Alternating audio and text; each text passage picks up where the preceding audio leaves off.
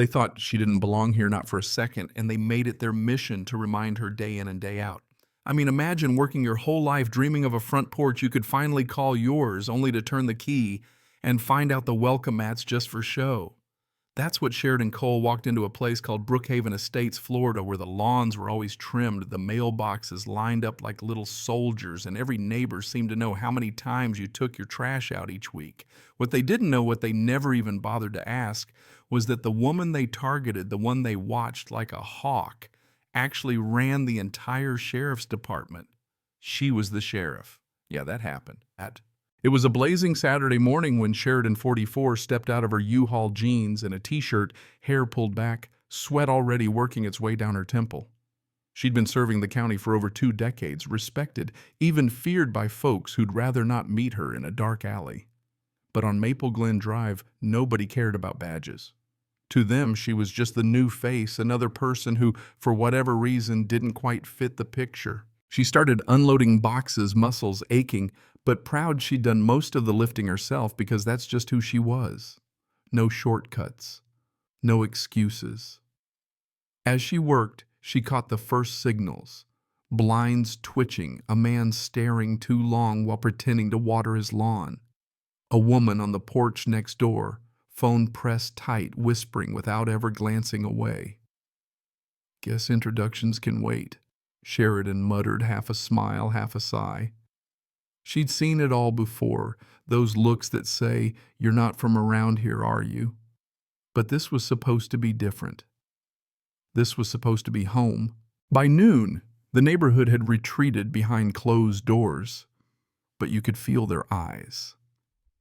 The first to say a word was an older man walking a tiny terrier. He stopped, gave her a flat, "You moving in here?" She gave him a polite smile. "Name's Sheridan Cole, just got the keys."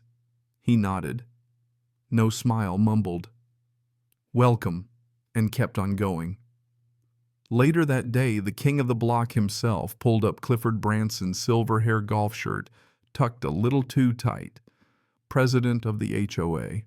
His handshake was cold, his eyes even colder.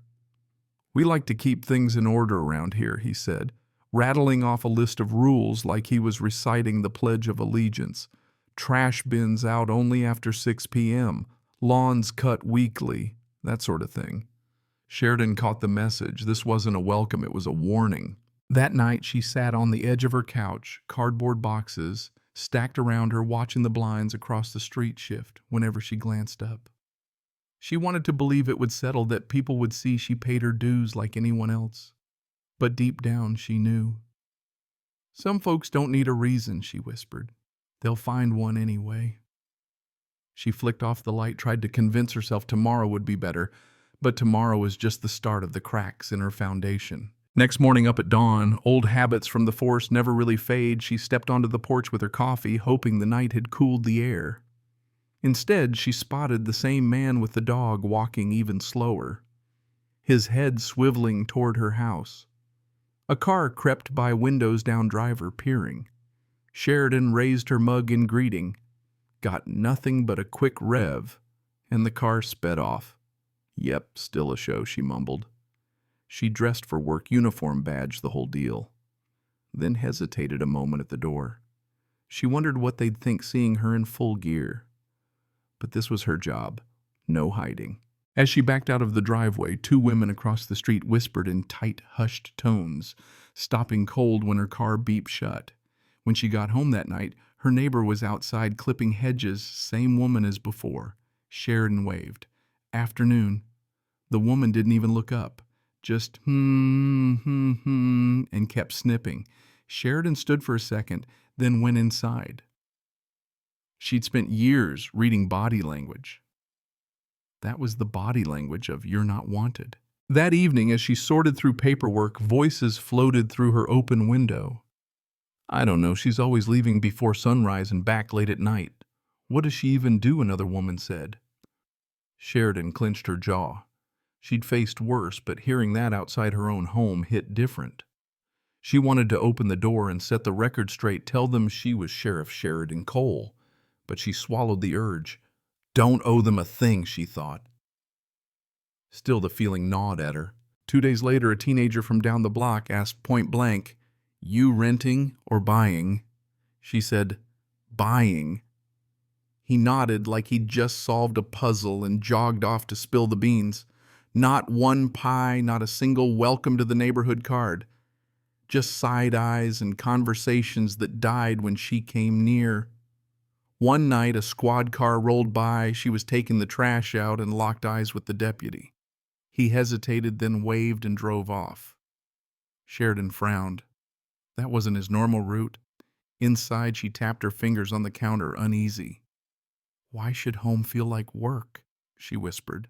It built up little by little, cars slowing near her driveway, men she didn't recognize pointing at her house, then walking away.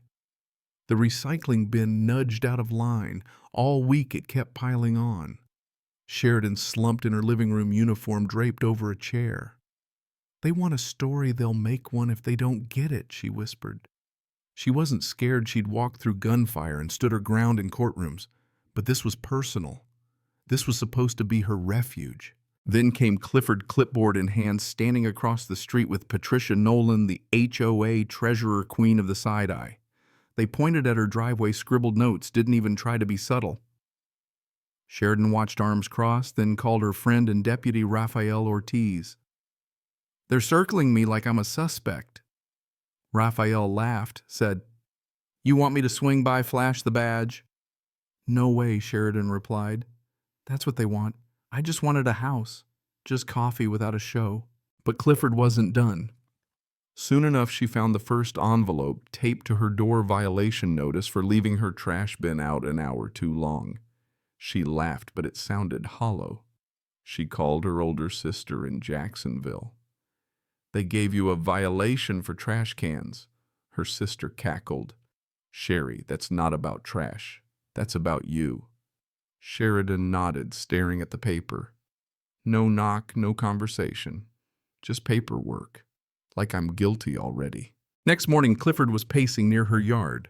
Sheridan decided to take it head on. "Mr. Branson," she called out. He plastered on his tight little smile. "Nothing personal, just keeping things consistent," he said. "Right," Sheridan replied. "You mean to tell me my house was the only one with a bin out?" Clifford fidgeted, said hers was most visible. Sheridan stepped closer.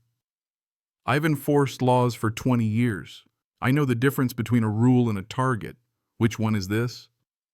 Clifford hesitated, then scurried away. It kept coming. Next, a notice for her car's tires touching the grass edge. Then whispers growing louder. Patricia on her porch saying she comes and goes at all hours. Doesn't even try to fit in. One afternoon, as Sheridan lugged groceries in, she heard, "Maybe she's renting. Maybe that's why she doesn't care." Sheridan slammed the trunk, making them jump. Then another notice, "Lights on too late at night." Sheridan crushed it in her fist.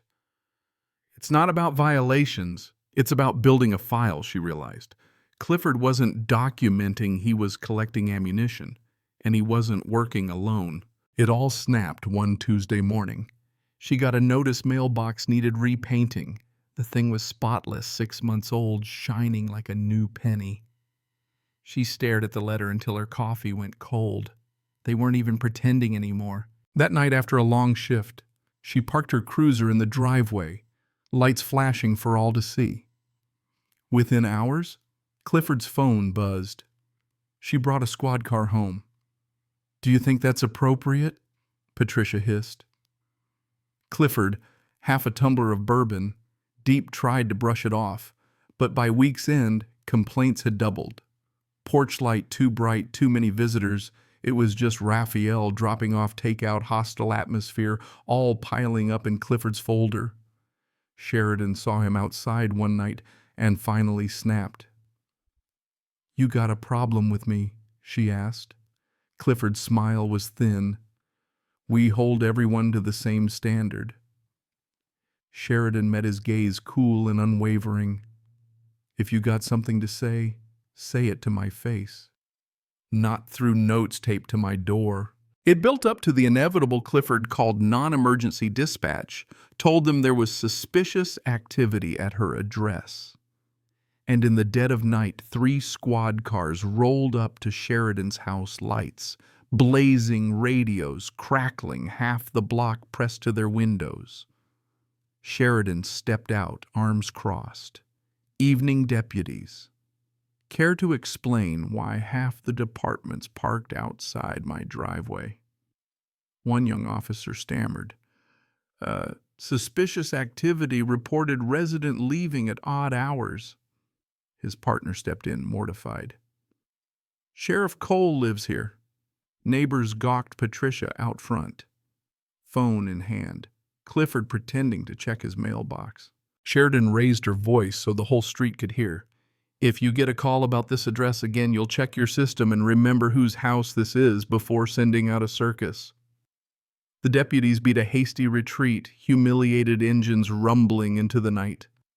Sheridan stood in the yard, her gaze sweeping across the windows, letting the silence settle like a gavel strike. Inside, she called Raphael. They just sent cops to my house on a bogus call. Raphael offered to come by. She said, no need. But tomorrow I'm filing a report. This ends now. Next day, an email, HOA special meeting mandatory attendance. Sheridan smirked. You want a show? I'll give you one. At the clubhouse packed wall to wall, Clifford tried to play it official. We've had troubling developments, multiple complaints. Law enforcement called. Sheridan stood full uniform.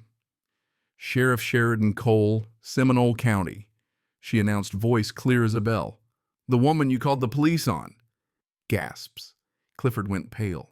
Patricia, for once, speechless. You called the cops on me because I didn't fit your idea of who belongs here.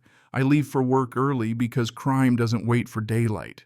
I come home late because I'm fighting for justice in courtrooms and interrogation rooms. But instead of knocking on my door, you whispered behind blinds and made me a target in my own home. Ronald, one of the board, finally stood up. Maybe the problem isn't her.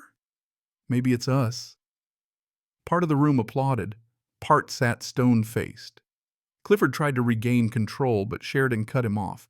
Next time, it won't just be embarrassing, it'll be a lawsuit. After that, things changed, kind of. Some neighbors offered nods, a few apologies. Others, like Patricia and Clifford, doubled down on their pride. The neighborhood was split, HOA meetings, a battleground, gossip flying. Sheridan waited, watched, then decided enough was enough. She reserved the clubhouse herself, handed out flyers, community forum, hosted by Sheriff Sheridan Cole. No badge, just jeans and a button-down. I didn't move here to make enemies, I wanted peace. But instead, I got suspicion and police at my door. Let's not pretend it was about trash cans or porch lights. It was about me, about what you assumed. An older woman, hesitant, finally spoke up. I didn't know you were the sheriff. People were saying things. Sheridan nodded. And nobody questioned if those things were true. Imagine if I wasn't who I am. Imagine if the wrong deputy had responded. Or if I'd stepped outside angry. The room quieted, Patricia muttering under her breath, Clifford looking away. But Harold Gardner, a neighbor, stood. We've been acting out of fear, not facts. I'm ashamed I didn't speak up sooner. Sheridan closed. All I want is to live here peacefully. The choice of whether that happens is up to you.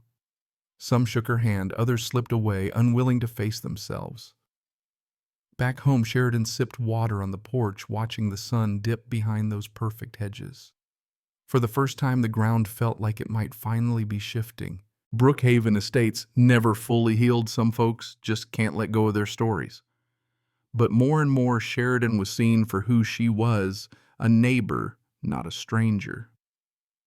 One evening, Harold and Denise Gardner sat with her on a park bench. We let gossip get louder than the truth, Denise admitted. We owe you better, Sheridan smiled. Change means more than words. It means remembering that safety isn't about shutting people out. It's about letting people in. At the next HOA meeting, she spoke plainly. When I moved here, I thought I was buying peace. Instead, I learned how fragile community is. It doesn't take a crime to break trust sometimes, just a rumor, a look, a silence. But trust can be rebuilt if people are willing to admit when they're wrong. She left them with a simple truth, one worth arguing about honestly. You don't have to like me, but you do have to respect me and anyone else who calls this place home. If you can't do that, no bylaw will ever make this neighborhood safe. Some clapped, others didn't. Patricia glared, Clifford stared at his shoes, but neither said a word. Sitting on her porch that night, the cicadas buzzing. Sheridan raised her glass to the darkened street and whispered, "Home is worth fighting for." And you know what? That's the story right there. Assumptions destroy, understanding builds. So, what do you think? Is respect optional, or is it the one rule we should never break? Tell me your story in the comments. And if you believe stories like this matter, don't forget to subscribe because trust me, there's a lot more to say.